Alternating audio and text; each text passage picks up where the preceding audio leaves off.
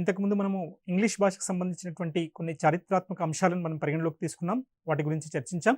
ఈరోజు సెషన్‌లో మనము ఇంగ్లీష్ భాష యొక్క స్వరూపాన్ని మరియు దాని యొక్క ప్రాధాన్యతని కొంత మేరకు అర్థం చేసుకునేటువంటి ప్రయత్నం చేద్దామన్నమాట. ఈ పెడగాజీలో మనకి కొన్ని అంశాలని ఎగ్జామినేషన్‌లో ఇవ్వడానికి అవకాశం ఉంటుంది. నేచర్ అంటే ఇంగ్లీష్ భాష యొక్క నేచర్ ఏ విధంగా ఉంటుంది, మరియు దాని ప్రాధాన్యత ఏంటి, విభిన్న అంశాలలో విభిన్న ఏరియాస్‌లో దాని యొక్క ప్రాధాన్యత ఏ విధంగా ఉన్నటువంటి అంశాన్ని మనం చర్చిద్దాం. ఇప్పుడు మనము ఇది చూసుకున్నట్లయితే ప్రపంచంలో అత్యధిక వైవిధ్యాన్ని కలిగి ఉన్నటువంటి భాష ఏంటంటే ఇంగ్లీష్ భాషనే అండి. ఎందుకంటే ప్రపంచవ్యాప్తంగా ఉన్నటువంటి అనేక భాషల యొక్క పదాల యొక్క పదాలను మనము ఇంగ్లీష్ భాషలో చూడవచ్చు. ఎందుకంటే ఈ లిబరలైజేషన్, ప్రైవేటైజేషన్, గ్లోబలైజేషన్ కారణంగా ప్రపంచం మొత్తం కూడా ఒక కుగ్రామం అయిపోయినటువంటి సందర్భంలో ప్రజలందరికీ ఒక కామన్ లాంగ్వేజ్ అవసరం ఉండిందనమాట, ఒకరితో ఒకరు కమ్యూనికేట్ చేయడానికి. ఈ యొక్క కమ్యూనికేట్ చేయడానికి ఉపయోగపడేటువంటి భాష ఏదైతే ఉందో అది ఇంగ్లీష్ భాషగా అందరికీ మనకి తెలిసింది. ఇది ఒక గొప్ప లక్షణంగా చెప్పుకోవచ్చు అనమాట. దీన్ని మనము ఒక వైవిధ్యమైనటువంటి అంశంగా కూడా చెప్పుకోవచ్చు. ఎందుకంటే మీరు ఏ భాష యొక్క పదాన్నైనా చూడండి, మీకు ఇంగ్లీష్ డిక్షనరీలో చూస్తే మీకు అది కనబడుతూ ఉందన్నమాట. అంతేకాకుండా ఇది ప్రపంచ భాషలలో ఉన్నటువంటి అనేకమైనటువంటి అంశాలను కూడా తనలో ఇముడ్చుకునేటువంటి ప్రయత్నం చేస్తుందన్నమాట. ఇప్పుడు మనం ఈ భాష యొక్క స్వరూపాన్ని, ఆ లక్షణాలని, వైవిధ్యాన్ని అధ్యయనం చేసేటువంటి ప్రయత్నం చేద్దాం. మొట్టమొదటిగా ఇది రిసెప్టివ్, అంటే ఇది అన్నింటినీ స్వీకరిస్తుంది. ప్రపంచవ్యాప్తంగా అనేక భాషలు విలుప్తమైపోవడానికి గల కారణం ఏంటంటే అవి రిసీవ్ చేసుకోకపోవడమే అనమాట, మార్పుకు లోను కాకపోవడమే. కానీ ఇంగ్లీష్ భాష అట్లా కాదు, మార్పుకు లోనవుతూ ఉంటుంది. అదే మాదిరిగా ప్రపంచంలో ఉన్నటువంటి ఆఫ్రికా నుంచి కానీ, ఏసియా నుంచి కానీ, జాపనీస్ లాంగ్వేజెస్ నుంచి కానీ, ఇండియన్ లాంగ్వేజెస్ నుంచి కానీ, తర్వాత చైనీస్ మ్యాండరిన్ లాంగ్వేజెస్ నుంచి కానీ, Latin, Greek, Arabic, French, for that matter Sanskrit, ఈ భాషల యొక్క పదాల యొక్క సముదాయాన్నింటిని కూడా మనము ఆంగ్ల భాషలో చూడొచ్చు అన్నమాట. దీని కారణంగానే రిసెప్టివ్నెస్, అంటే ఏదైనా స్వీకరించేటువంటి గుణం ఉన్నటువంటి భాషగా ఇంగ్లీష్ భాషను పేర్కొనటం వల్ల ఇంత వొకాబులరీ సాధ్యమైందనమాట. మనకి ఆక్స్ఫర్డ్ అడ్వాన్స్డ్ లెర్నర్స్ డిక్షనరీలో చూసుకున్నట్లయితే 5 లక్షలకు పైగా పైచిలుకు పదాలు ఎందుకున్నాయంటే ఈ రిసెప్టివ్నెస్ కారణంగానే అనమాట. వొకాబులరీ అనేటువంటిది పెరుగుతూ పోతుంది. తర్వాత ఇది హెట్రోజెనస్, హోమోజెనియస్ కాదు, హెట్రోజెనస్, విభిన్న అంశాలని తనలో ఇముడ్చుకునేటువంటి అంశం ఉందన్నమాట. రైట్, కొన్ని పదాలు అట్లాగే ఉండిపోయినాయి, కొన్ని పదాలు వేరే భాషల్లోంచి వచ్చిన పదాలు కూడా అట్లాగే ఉండిపోయినాయి. ఆంగ్ల పదాలు, నేటివ్ ఆంగ్ల పదాలు కూడా, అంటే నేటివ్ ఇంగ్లీష్ వర్డ్స్ కూడా కొన్ని కాలక్రమేణా వాటి యొక్క స్వరూపాన్ని స్పెల్లింగ్ పరంగా కానీ, ప్రొనౌన్సియేషన్ పరంగా కానీ మార్చుకున్నాయన్నమాట. ఏదైతే ఈ యొక్క లక్షణం ఏదైతే ఉందో దీన్ని హెట్రోజెనియస్ లక్షణంగా మనం పేర్కొంటాం, వైవిధ్య లక్షణంగా మనం దీన్ని పేర్కొంటాం అన్నమాట. తర్వాత ఆంగ్ల భాష అనేటువంటిది ఒక సిస్టమాటిక్ భాష అండి. ఎట్లా, మనకి ఫస్ట్ లెటర్స్ ఉంటాయి, తర్వాత దీన్ని ఆల్ఫాబెట్ సిస్టమ్ అంటాం, తర్వాత వర్డ్ సిస్టమ్ ఉంది, దీనికి ఒక సెంటెన్స్ సిస్టమ్ ఉంది, సింటాక్స్ అంటాం దీన్ని, తర్వాత ఓరల్ డిస్కోర్స్ ఉంది, దీనికి ఒక రిటన్ డిస్కోర్స్ ఉంది, డిఫరెంట్ టైప్స్ ఆఫ్ స్ట్రక్చర్స్ ఉన్నాయి, different types of rules and regulations ఉన్నాయి, ఒక నిర్మాణాత్మకమైనటువంటి వ్యాకరణం దీనికి ఉంది, ఒక కన్స్ట్రక్టివ్ గ్రామర్ దీనికి ఉంది, తర్వాత సౌండ్ సిస్టమ్, ఫొనాలజీ ఉంది, తర్వాత పదాల యొక్క సముదాయాన్ని, వాటి యొక్క అమరికను తెలియజేసేటువంటి శాస్త్రం మార్ఫాలజీ ఉంది, తర్వాత వాక్య నిర్మాణం, సింటాక్స్ ఉంది.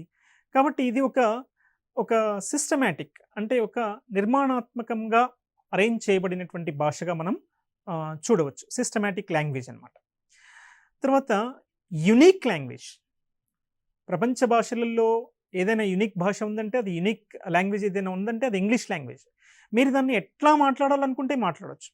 ఎందుకంటే it is not 100% English, it is not 100% French, it is not 100% Arabic, it is not 100% Hindi or something like that. You will be able to find out all the words related to the vernacular languages, related to the local languages of various continents and the countries, you will be able to find out. So this openness and receptiveness made the language to become unique andi. So ఈ కారణాల వల్ల భాష అనేటువంటిది unique అయింది. అట్లాగే మీరు ఎట్లా ఉపయోగించదలుచుకుంటే అది అట్లా మీకు ఉపయోగపడుతుంది. ఏ రకంగా మీరు మాట్లాడాలనుకుంటే ఆ భాష మీకు ఆ రకంగా ఉపయోగపడుతూ ఉంటుందనమాట. అంతేకాకుండా ఇప్పుడు ప్రపంచవ్యాప్తంగా ఉన్నటువంటి ఏకైక లింక్ లాంగ్వేజ్ ఏదైతే ఉందంటే అది ఇంగ్లీష్ భాషనే అన్నమాట. ఎందుకంటే ఇంగ్లీష్ సైన్స్ అండ్ టెక్నాలజీలో వాడుతున్నాము, లైబ్రరీలో లాంగ్వేజ్‌లో వాడుతున్నాము, అత్యంత ప్రధానంగా మనము కంప్యూటర్స్‌లో వాడుతున్నాము, సాఫ్ట్‌వేర్ ఇండస్ట్రీలో మొత్తం వాడబడేటువంటి భాష ఇంగ్లీష్ కాబట్టి దీన్ని మనం యునీక్ భాషగా కూడా మనం చెప్పుకోవచ్చనమాట. తర్వాత ఇది డైనమిక్ లాంగ్వేజ్ అండి. ఇది ఒక స్టాటిక్ లాంగ్వేజ్ కాదు. ఇది మారుతూనే ఉంటుంది.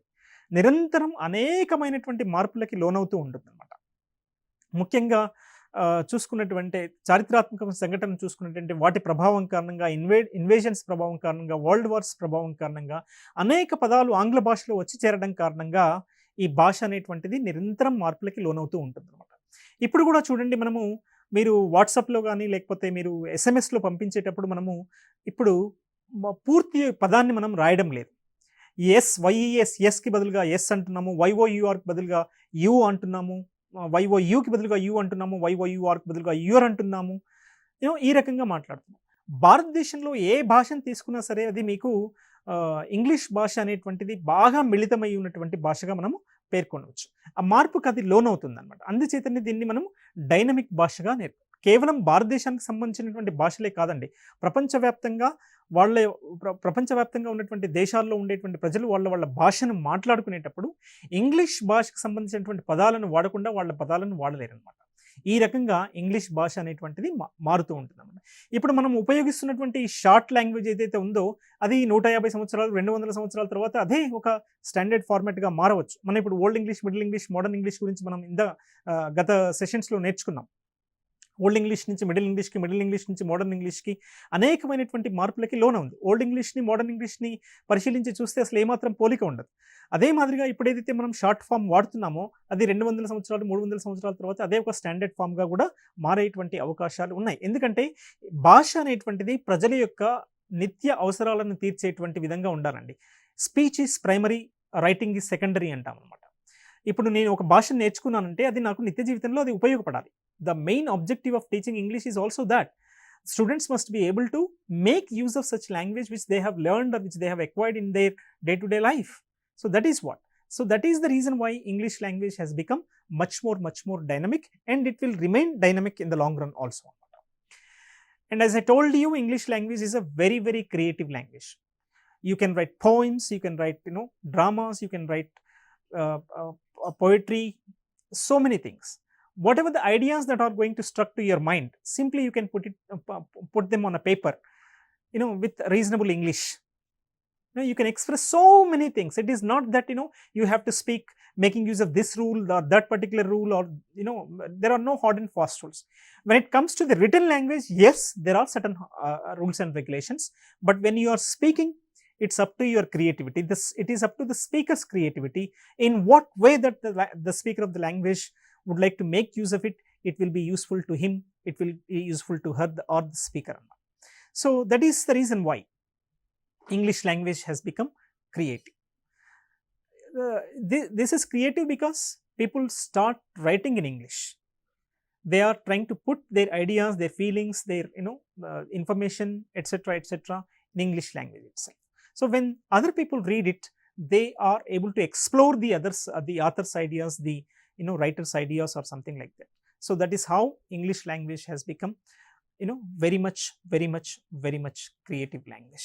I'm not saying other languages are not creative, but English language has got its own play in terms of its creativity, because of the word power, because of the vocabulary, because of the lyrics, because of the drama, because of the fiction, because of travelogues, short stories, essays, novels, so many things. Next, it is productive. Very highly productive language in English అనేటువంటిది. If you know reasonable language, you will be able to make thousands of sentences with the help of the language, with the help of the reasonable language, which whatever you know.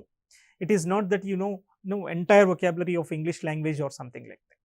Whatever the vocabulary that you have got, you will be able to frame sentences, you will be able to explain yourself, you will be able to express yourself, you will be able to manage yourself. So that is the reason why Indians are everywhere in the world because they speak reasonable good English. In the sense, if they speak, the others are able to understand. If others are speaking to them, they are able to understand. It's productive kind of thing. When you are speaking, you can make use of umpty number of sentences. ఎన్ని sentences నైనా ఉపయోగించవచ్చు, ఏ రకంగా అయినా కూడా మీరు మాట్లాడవచ్చు అన్నమాట. Right, this is what quality is considered to be as creative. And it is symbolic అండి. Right, you can make use of English words and you can explain them with the help of certain objects or certain activities or the certain ideas. Right, you can sing songs, it becomes symbolic. You can show some objects and you can say it becomes symbolic, isn't it? So English language is symbolic by its nature itself. We need not to explain this symbolic feature in detail. Then modifiable. Right, modifiable in the sense it easily gets assimilated with your local language. ఇప్పుడు మన తెలుగులో చూసుకోండి, మనకి English భాష రానటువంటి వాళ్ళు కూడా time ఎంత అయిందని అంటారు. టైం అనేటువంటిది ఆంగ్ల పదం. బస్ ఎక్కడ పోతుందని అంటారు. బస్ అనేటువంటిది ఆంగ్ల పదం. లంచ్ అయిందా అని అడుగుతున్నాం, మనం స్కూల్కి వెళ్తున్నాం అని అడుగుతాం, కాలేజీకి వెళ్తున్నాం అని, ఇవన్నీ కూడా ఆంగ్ల పదాలు అనమాట. అంటే మోడిఫైబుల్ అంటే ఏంటంటే ఆ పదాలను తీసుకొచ్చి మనం లోకల్ లాంగ్వేజెస్తో మిక్స్ చేసి మనం లోకల్ లాంగ్వేజ్గానే దాన్ని మనం ఉపయోగించవచ్చు అనమాట. దాన్ని పూర్తిగా సెంటెన్స్ స్ట్రక్చర్గా కాకుండా కూడా కొన్ని పదాలని, కొన్ని ఫ్రేజెస్ని, కొన్ని క్లాజెస్ని తీసుకొని దాన్ని లోకల్ లాంగ్వేజెస్తో మిక్స్ చేసి మనం మాట్లాడుకోవచ్చు, మన నిత్య జీవితంలో దాన్ని మాట్లాడుకోవచ్చు. ఈ ప్రధానమైనటువంటి లక్షణాన్ని కూడా మనం మోడిఫైబుల్ అని అంటాం అన్నమాట. చివరిగా English language is highly grammatical అండి. ఈ గ్రామర్ కూడా వెరీ సిస్టమాటిక్ గ్రామర్ అండి. చాలామంది మనకి ఇంగ్లీష్ గ్రామర్ పట్ల ఒక రకమైనటువంటి అపోహ ఉందన్నమాట. ఇది చాలా కష్టమైనటువంటిది, ఇది చాలా నేర్చుకోలేనటువంటి విధంగా ఉండేటువంటి స్ట్రక్చర్స్ ఇందులో ఉంటాయి అనేటువంటి అంశం. కానీ చాలా సులభమైనటువంటి వ్యాకరణమే ఇంగ్లీష్. అన్ని భాషల్లో ఉండేటువంటి వ్యాకరణమే. లిపి ఉన్న ఏ భాషకైనా సరే ఏదైతే వ్యాకరణం ఉంటుందో కొద్దిగా అటు ఇటుగా ఇంగ్లీష్ భాషలో కూడా అదే రకమైనటువంటి వ్యాకరణము ఆల్మోస్ట్ ఉంటుంది. కాకపోతే మనము ఈ యొక్క ఇంగ్లీష్ భాష చాలా కష్టమైనటువంటిది, చాలా హార్డ్గా ఉంటుంది, డిఫికల్ట్గా ఉంటుంది అనేటువంటి అంశాన్ని మన యొక్క మనస్సులో నుంచి తీసేయాలి, మన మైండ్లో నుంచి తీసేయాలి. దీన్ని ఫియర్ సైకోసిస్ ఆఫ్ లాంగ్వేజ్ అంటారు. అంటే భాష అంటే మనకి అనుకోని ఒక తెలియనటువంటి ఒక అపోహ, భయాన్ని అనమాట. ఈ భయమే మనల్ని మాట్లాడనీయకుండా చేస్తుంది, గ్రామర్ నేర్చుకోకుండా చేస్తుంది, మనకి ఎక్కడైనా ఇబ్బందులు కలిగే విధంగా చూస్తుంది అనమాట. ఈ యొక్క అంశాన్ని మన మనసులో నుంచి తీసేస్తూ English language is also one of the languages like any other languages in the world అని ఎప్పుడైతే ఆలోచన వచ్చిందో, మీరు వినడం ఎప్పుడైతే స్టార్ట్ చేస్తారో, వినిందాన్ని ఎప్పుడైతే మాట్లాడడం రూపంలో ప్రాక్టీస్ చేయడం ప్రారంభిస్తారో, అట్లాగే దాని తర్వాత చదవడం ఎప్పుడైతే మీరు ప్రారంభిస్తారో, ఇంగ్లీష్ భాషకు సంబంధించినటువంటి ఒక న్యూస్ పేపర్ కానీ లేదంటే ఒక చిన్న షార్ట్ స్టోరీ కానీ ఎప్పుడైతే చదవడం ప్రారంభిస్తారో, ఆటోమేటిక్గా మీరు మాతృభాషను నేర్చుకున్నంత సులభంగా మీరు ఇంగ్లీష్ భాషను కూడా నేర్చుకోవచ్చు అన్నమాట. కాకపోతే ఇంగ్లీష్ భాషలో మనకి స్ట్రక్చర్స్ కొన్ని కన్ఫ్యూజింగ్గా ఉంటాయి, కొన్ని ఎగ్జామ్షన్స్ ఉంటాయి, కొన్ని రూల్స్ ఉంటాయి. ఈ రూల్స్కి ఎగ్జామ్షన్స్కి మధ్య ఉన్నటువంటి తేడాను మనం గమనించుకోవాల్సిన అవసరం ఉంటుంది. ఈ తేడాను ఎప్పుడైతే గమనించామో మనకి ఇది కన్ఫ్యూజింగ్గా అనిపిస్తుంది. కానీ మీరు ఒకసారి దాని పట్ల పూర్తి శ్రద్ధతో అధ్యయనం చేయడం ప్రారంభిస్తారు. ఇది చాలా తేలికగా మనం నేర్చుకోవడం వ్యాకరణం అండి. ప్రతి భాషలో ఉండేటువంటి వ్యాకరణమే ఈ భాషలో కూడా ఉంటుందన్నమాట. తర్వాత ఇది మనం ఇప్పటి వరకు చెప్పుకున్నటువంటి ఇవన్నీ కూడా భాషకు సంబంధించినటువంటి వైవిధ్యాన్ని, తర్వాత దాని యొక్క స్వరూపాన్ని తెలియజేస్తాయండి. ఏంటంటే అది రిసెప్టివ్, దేన్నైనా రిసీవ్ చేసుకుంటుంది. ఇది చాలా వైవిధ్యమైనటువంటి భాష, హెటరోజినియస్ లాంగ్వేజ్. తర్వాత చాలా నిర్మాణాత్మకంగా ఉంటుంది, చాలా సిస్టమాటిక్ లాంగ్వేజ్. తర్వాత చాలా యునీక్ లాంగ్వేజ్. తర్వాత మారుతూ ఉంటుంది, చాలా డైనమిక్ లాంగ్వేజ్. తర్వాత చాలా సృజనాత్మకంగా ఉండేటువంటి భాష, ఇది క్రియేటివ్ లాంగ్వేజ్. తర్వాత ప్రొడక్టివ్ లాంగ్వేజ్ అంటాం, దాన్ని సింబాలిక్ లాంగ్వేజ్ అంటాం, తర్వాత మోడిఫైబుల్ అంటాం దీన్ని. తర్వాత చివరిగా దీన్ని గ్రామటికల్ లాంగ్వేజ్గా కూడా మనం వ్యవహరిస్తాం. ఈ అంశాలన్నింటినీ కూడా మనము ఇంగ్లీష్ భాషని అధ్యయనం చేసుకోవడానికి తెలుసుకునేటువంటి అంశాలుగా, దాని యొక్క స్వరూపంగా మనం పరిగణించవచ్చు. నేచర్ ఆఫ్ ఇంగ్లీష్ లాంగ్వేజ్ అంటాం అన్నమాట. తర్వాత ఇప్పుడు మనము నేచర్ని అధ్యయనం చేసిన తర్వాత దీనికి ఉన్నటువంటి ప్రాధాన్యతను కొద్ది మేరకు మనం అంచనా చేసేటువంటి ప్రయత్నం చేద్దాం. ఇంగ్లీష్ భాషకు ఉన్నటువంటి ప్రాధాన్యత ఇందాకనే మనం చదువుకున్నాము. లిబరలైజేషన్, ప్రైవేటైజేషన్, గ్లోబలైజేషన్, దీంతో పాటుగా ఐటీ రెవల్యూషన్, ఇన్ఫర్మేషన్ టెక్నాలజీ రెవల్యూషన్లో వచ్చినటువంటి విప్లవాత్మకమైనటువంటి మార్పులకు అనుగుణంగా ప్రతి ఒక్కరికి ఆంగ్ల భాష పట్ల ఒక ప్రాథమికమైనటువంటి అవగాహన ఉండాల్సినటువంటి అవసరము, ఒక ఆవశ్యకత అనేటువంటిది తప్పనిసరిగా ఏర్పడిందనమాట. అందువల్లనే మీరు ఎక్కడ ప్రపంచంలో ఏ మూలకెళ్ళినా సరే ఇంగ్లీష్ భాష తన యొక్క ప్రాధాన్యతని సంతరించుకుంటుంది. తన ప్రాధాన్యతని ఉనికిని చాటుకుంటుందనమాట. ఎందుకు అంటే ఇది ప్రధానంగా ఇంటర్నేషనల్ లాంగ్వేజ్. ఒకప్పుడు మనం అనుకునేవాళ్ళం అనమాట. English only belongs to England అని. బట్ ఇప్పుడేమంటున్నామంటే English no more belongs to England. English has become everybody's cup of tea. మీరు మాట్లాడొచ్చు, నేను మాట్లాడొచ్చు, ఎవరైనా కూడా దీన్ని మాట్లాడవచ్చు అనమాట. అందుచేతనే ఇది అంతర్జాతీయ భాషగా పరిణామం చెందింది. ఏ స్పియర్‌ని తీసుకున్నా మనిషితో అనుసంధానం అయినటువంటి ఏ అంశాన్ని తీసుకున్నా సరే ఆంగ్ల భాష లేనటువంటిదే మనం ముందుకు వెళ్ళలేనటువంటి పరిస్థితి ఉందన్నమాట. ప్రధానంగా సైన్స్ అండ్ టెక్నాలజీని చూసుకోండి, ఎడ్యుకేషన్ సిస్టమ్ చూసుకోండి, కంప్యూటర్ సాఫ్ట్‌వేర్‌ని చూసుకోండి, తర్వాత ఇంకా ఏ రకమైనటువంటి అంశాలను చూసుకున్నా సరే ఇంగ్లీష్ భాష అనేటువంటిది చాలా ప్రాధాన్యతని సంతరించుకుంది. భారత్ విషయానికి వచ్చినట్లయితే ప్రీ ఇండిపెండెంట్ ఇండియాలో, తర్వాత బ్రిటిష్ రూల్ కారణంగా దాని యొక్క ప్రాధాన్యతని అప్పుడు ఉంది, ఇప్పుడు ఉంది. తర్వాత భారతదేశం స్వాతంత్రం పొందిన తర్వాత కూడా ఇంకా దాని యొక్క ప్రాధాన్యత అనేటువంటిది రెండింతలైంది, మూడింతలైంది, ఇంకా అవుతూనే ఉంటుందన్నమాట. ఎందుకు? తర్వాత ఇది అఫీషియల్ లాంగ్వేజ్, అధికారిక భాష. తర్వాత కోర్ట్స్‌లలో మనకి ముఖ్యంగా ఎక్కువగా వాడబడేటువంటి భాష. తర్వాత వ్యాపార నిమిత్తం ట్రేడ్ అండ్ కామర్స్ అంటాం దీన్ని. దీని కొరకు మనము బయటి దేశాలతో ట్రేడ్ అండ్ కామర్స్ నిర్వహించాలన్నా, వాళ్ళు మన దేశంతో ట్రేడ్ అండ్ కామర్స్ నిర్వహించాలన్నా మనకి ఒకటి కామన్ లాంగ్వేజ్ కావాలి కాబట్టి మనం ఇంగ్లీష్ వైపు మొగ్గు చూపినాం అనమాట. తర్వాత అట్లాగే పారిశ్రామికంగా కూడా, తర్వాత అకాడమిక్ పరంగా, ఎడ్యుకేషనల్ పరంగా కూడా మనకి భారతదేశంలో ప్రతి అంశంలో కూడా ఈ యొక్క ఇంగ్లీష్ భాష అనేటువంటిది ప్రాధాన్యతను సంతరించుకుంది. కొన్ని అంశాలను మనం పరిగణలోకి తీసుకుందాం. అఫీషియల్ లాంగ్వేజ్ అనమాట. భారతదేశంలో ఇప్పటికీ 22, 23 అధికారిక భాషలు ఉన్నాయి. ఇంగ్లీష్ కూడా ఒక అధికారిక భాష. చాలామందికి ఒకటి హిందీ మనకి జాతీయ భాష అనేటువంటి ఒక అపోహ ఉంది అండి. హిందీ జాతీయ భాష కాదు, అది కూడా ఒక అధికారిక భాషనే. ఇంగ్లీష్‌తో పాటుగానే 22 అధికారిక భాషల్లో హిందీ కూడా ఒక అధికారిక భాషనే అనమాట. అట్లాగే ఇంగ్లీష్ కూడా ఒక అధికారిక భాష. ఎందుకంటే మనల్ని ఇంగ్లీష్ వాళ్ళు 200 సంవత్సరాలు పరిపాలించారు కాబట్టి అది మనతో ఒక తీవ్రమైనటువంటి విధంగా మనతో పెనవేసుకొని పోయింది కాబట్టి మనము అన్ని రాష్ట్రాల్లో దాదాపుగా వాళ్ళ యొక్క గవర్నెన్స్ కోసం, ప్రభుత్వ నిర్వహణ కార్యకలాపాల కోసం తప్పనిసరిగా ఇంగ్లీష్ భాషని జీవోలను తీయడం కోసం కానీ, కొన్ని ఉత్తర్వులను వెలువరచడం కోసం కానీ ఈ యొక్క భాషని అఫీషియల్ లాంగ్వేజ్‌గా మనము ఉపయోగిస్తాం. అడ్మినిస్ట్రేషన్‌లో గాని ఉపయోగిస్తున్నాం. ఎప్పుడంటే 1963లో ఒక యాక్ట్ తీసుకొచ్చారు. Act of parliament in 1963 which gave this official status to English language అండి. అప్పటి నుంచి మనం అన్ని ప్రభుత్వానికి సంబంధించినటువంటి అన్ని కార్యకలాపాలలో ఇంగ్లీష్ లాంగ్వేజ్‌ని మనం విరివిగా ఉపయోగిస్తాం అన్నమాట. తర్వాత language of court, English still continues to be the language of courts అండి. మనకి కోర్ట్స్‌లలో ఇప్పటికీ కూడా మనము జడ్జిమెంట్స్‌లు కానివ్వండి, ఆర్గ్యుమెంట్స్ కానివ్వండి, తర్వాత మిగతాకు సంబంధించినటువంటి ఏ కోర్టుకు సంబంధించిన కార్యకలాపాలైనా కానీ ఇంగ్లీష్‌లోనే ఎక్కువ శాతం జరుగుతూ ఉన్నాయన్నమాట. దీంతో సరిపడేటువంటి భాషగా చాలా భాషను ట్రై చేశారు కానీ ఇంగ్లీష్ భాషని చివరికి మనము అన్ని కార్యకలాపాల కోసం ఉపయోగిస్తున్నాం అన్నమాట. తర్వాత అన్ని కోర్ట్స్‌లలో, not only in supreme court, high court, even district courts, మున్సిఫ్ కోర్ట్‌లలో కూడా ఈ ఇంగ్లీష్ భాషని మనము కోర్ట్‌లలో విరివిగా ఉపయోగిస్తాం. తర్వాత అంతర్జాతీయ వ్యాపార నిమిత్తమై, తర్వాత పారిశ్రామిక అవసరాల నిమిత్తమై ఈ ఇంగ్లీష్ భాషని మనము చాలా విరివిగా ఉపయోగిస్తున్నాం అన్నమాట.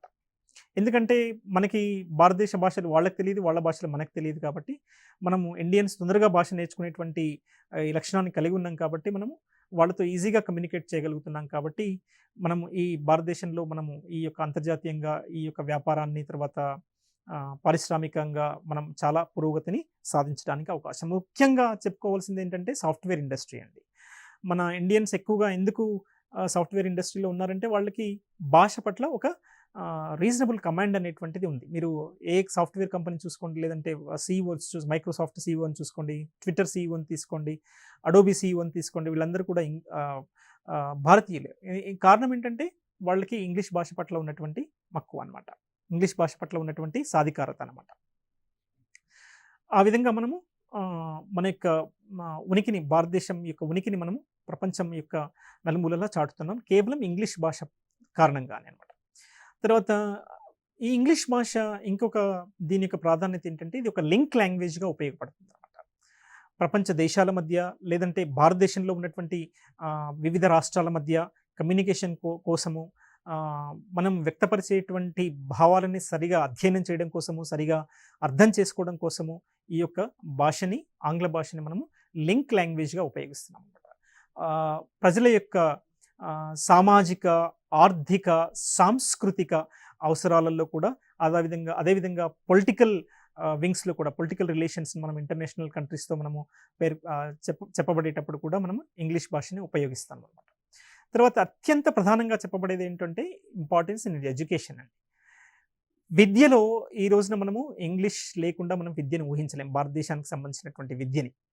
అకాడమిక్స్ పరంగా every higher education course is situated in English. It is academically it has become very very important language in terms of academics అన్నమాట. హైయర్ ఎడ్యుకేషన్ కానివ్వండి, ప్రైమరీ ఎడ్యుకేషన్ కానివ్వండి, సెకండరీ ఎడ్యుకేషన్ కానివ్వండి, మనకి చాలా బోర్డ్స్ ఉన్నాయి. ఎస్ఎస్సి బోర్డ్స్ కానీ, CBSE boards కానీ, ICSC బోర్డ్స్లో కానీ ఇవన్నీ కూడా మనకి ఇంగ్లీష్ ద్వారానే విద్యను అందిస్తున్నాయి అన్నమాట. ఇది కూడా ఒక కారణం అయి ఉండొచ్చు. మనము ఆంగ్ల భాష పట్ల ఎక్కువగా సాధికారతను సాధించి మన యొక్క ఉనికిని ప్రపంచం నలుమూలలా చాటుకోవడానికి అనమాట. తర్వాత ఇంగ్లీష్ భాష అనేటువంటిది window to the modern world అని చెప్తామండి. మనము బయటి ప్రపంచంలోనికి, ఆధునిక ప్రపంచంలోనికి తొంగి చూడాలంటే ఈ రోజున మనకి ఆంగ్ల భాష పట్ల మనకి ఒక స్థాయిలో మనకి దాని పట్ల కమాండ్ అనేటువంటిది ఉండాలి. జవహర్లాల్ నెహ్రూ గారు చెప్తారు, English is our major window on the modern world అని. ఖచ్చితంగా మనము ప్రపంచవ్యాప్తంగా జరుగుతున్న పరిణామాలను అధ్యయనం చేసుకోవడం కోసం, ప్రపంచవ్యాప్తంగా భారతదేశం యొక్క ప్రాధాన్యతని తెలియజెప్పడం కోసము, భారతదేశం యొక్క ఉనికిని చాటి చెప్పడం కోసం మనము ఇంగ్లీష్ భాషని విరివిగా ఉపయోగిస్తూ ఉన్నాం. ఇంకా మనము చూసుకున్నట్లయితే సోషల్ లైఫ్లో మనం సాధారణంగా నిత్య జీవితంలో వాడేటువంటి భాషలో కూడా మనము చాలా విరివిగా, చాలా ఎక్స్టెన్సివ్గా మనము ఇంగ్లీష్ భాషని ఉపయోగిస్తాం. ఇంగ్లీష్ భాష రాని వాళ్ళు కూడా ఇంగ్లీష్ భాష యొక్క పదాలని తెలుగు భాషతో అనుసంధానం చేసి మనం వాటిని ఉపయోగిస్తూ ఉన్నాం అన్నమాట. చాలా రకాలైనటువంటి ఇంగ్లీష్ పదాలు తెలుగు పదాలతో మిళితమై ఉన్నాయన్నమాట. తర్వాత లింగ్వా ఫ్రాంక్వా ఆఫ్ ద వరల్డ్ అంటే ఏంటంటే ప్రపంచవ్యాప్తంగా కమ్యూనికేషన్కి ఉపయోగపడేటువంటి భాష ఏంటంటే ఇంగ్లీష్ భాష. అందుకని దాన్ని lingua franca of India and the world అని చెప్తాం అనమాట. Right, and not only to India but also the entire world. Language of western science and arts. ఇప్పుడు మనము భారతదేశం అంతో ఇంతో అభివృద్ధి చెందిందని చెప్పుకుంటున్నాం. కానీ ఇంతకుముందు గత కాలంలో చూసినట్లయితే మనము టెక్నాలజీని ఇంపోర్ట్ చేసుకునేది, ఇంకా చాలా విషయాలను మనం ఇంపోర్ట్ చేసుకునేది. కానీ ఇప్పుడు మనము చాలా విషయాలలో మనము ముందడుగు వేస్తున్నామంటే కారణం ఏంటంటే మనకి ఇంగ్లీష్ భాష పట్ల ఉన్నటువంటి ఒక సాధికారత అనమాట. అంతేకాకుండా చాలా ఉన్నత విద్య అంతా కూడా ఇంగ్లీష్లోనే ఉండింది. దాన్ని మనం తెచ్చుకున్నాం. మనకి భారతీయులకు అర్థమయ్యే విధంగా దాన్ని సులభంగా మనం ఇంగ్లీష్ భాషలోకి రచించుకున్నాం. ఆ విధంగా కూడా మనము సైన్స్ అండ్ టెక్నాలజీలో, వెస్టర్న్ సైన్స్లో, ఆర్ట్స్లో కూడా మనం ఇంకా ముందుకు పోయేటువంటి తర్వాత సైన్స్ అండ్ టెక్నాలజీ. ఇది మనం ఇందాక చెప్పుకున్నట్లుగానే ప్రపంచవ్యాప్తంగా ఈఎస్టీ అంటాం అనమాట, English for science and technology అంటాం అనమాట. దీన్ని ప్రపంచవ్యాప్తంగా ఉపయోగించబడేటువంటి ఏకైక భాష ఏంటంటే సైన్స్ అండ్ టెక్నాలజీ పరంగా ఓన్లీ ఇంగ్లీష్ భాషనే ఉపయోగిస్తున్నాం అన్నమాట. తర్వాత లిటరరీ డెవలప్మెంట్. ప్రపంచవ్యాప్తంగా ఎక్కువగా పుస్తకాలు రాయబడేటువంటి భాష ఏంటంటే కూడా ఇంగ్లీష్ భాషనే అనమాట. మీకు కొద్దిగా ఏమాత్రం రీజనబుల్ వచ్చినా కానీ, ఇంగ్లీష్ వచ్చినా కానీ మీరు ఒక పోయం రాయొచ్చు, మీరు ఒక ప్రోజ్ రాయొచ్చు, మీరు ఒక చిన్న డ్రామా రాయొచ్చు, లేదంటే ఒక చిన్న షార్ట్ స్టోరీ రాయొచ్చు, లేదంటే ఒక చిన్న ఏదైనా ప్రోస్ పరంగా ఒక ఎస్సే రాయొచ్చు, ఆర్టికల్స్ రాయొచ్చు, థీసిస్లు రాయొచ్చు. ఈ రకంగా మనము లిటరరీ డెవలప్మెంట్ పరంగా కూడా మనము ఇంగ్లీష్ భాషని విరివిగా ఉపయోగిస్తున్నాం. ఇందాక మనం చెప్పుకున్నట్టుగా language of western science and arts అంటే మనము కార్గిల్ వార్ జరిగినప్పుడు మనకి వాళ్ళు అవి పిక్చర్స్ ఇవ్వమని అడిగారు. అమెరికా దేశం వాళ్ళు మన వాళ్ళు అమెరికా దేశం వాళ్ళని అడిగారు శాటిలైట్ పిక్చర్స్ కోసం అనమాట. వాళ్ళు అప్పుడు రిజెక్ట్ చేశారు.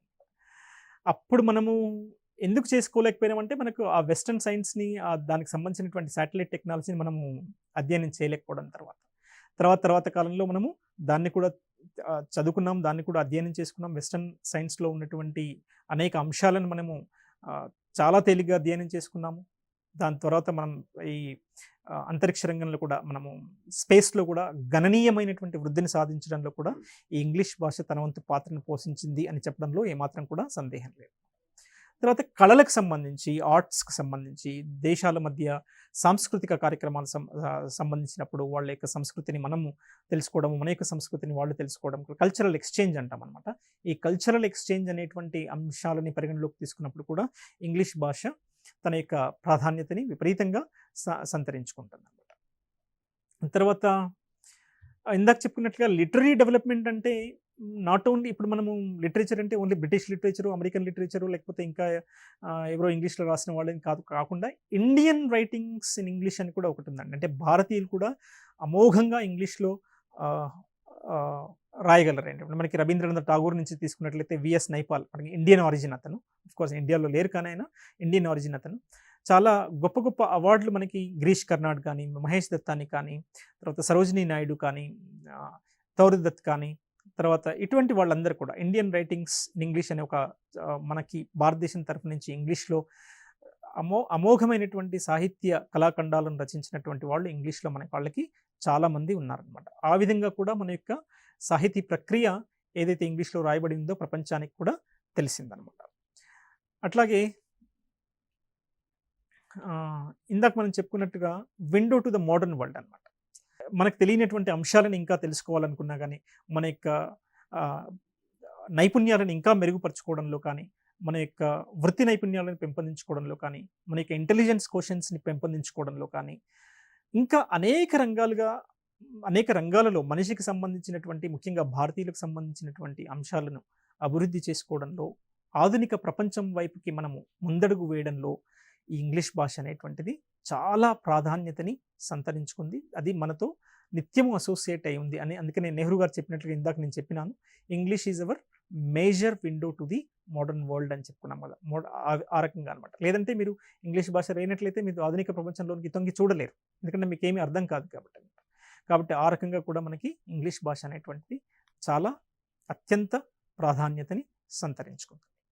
ఈ రకంగా మనము ఆంగ్ల భాషకు సంబంధించినటువంటి నేచర్‌ని, దీని యొక్క స్వరూపాన్ని, వైవిధ్యాన్ని, అదేవిధంగా దాని యొక్క ప్రాధాన్యతని కొద్ది మేరకు మనము డిస్కస్ చేసుకునేటువంటి ప్రయత్నం చేశాం. ఇంకా మనం రాబోయే సెషన్స్‌లో ఇంకా మనకి అవకాశం ఉన్నట్లయితే వీటన్నింటి అంశాల గురించి మరి విరివిగా చర్చించేటువంటి ప్రయత్నం చేద్దాం. Thank you.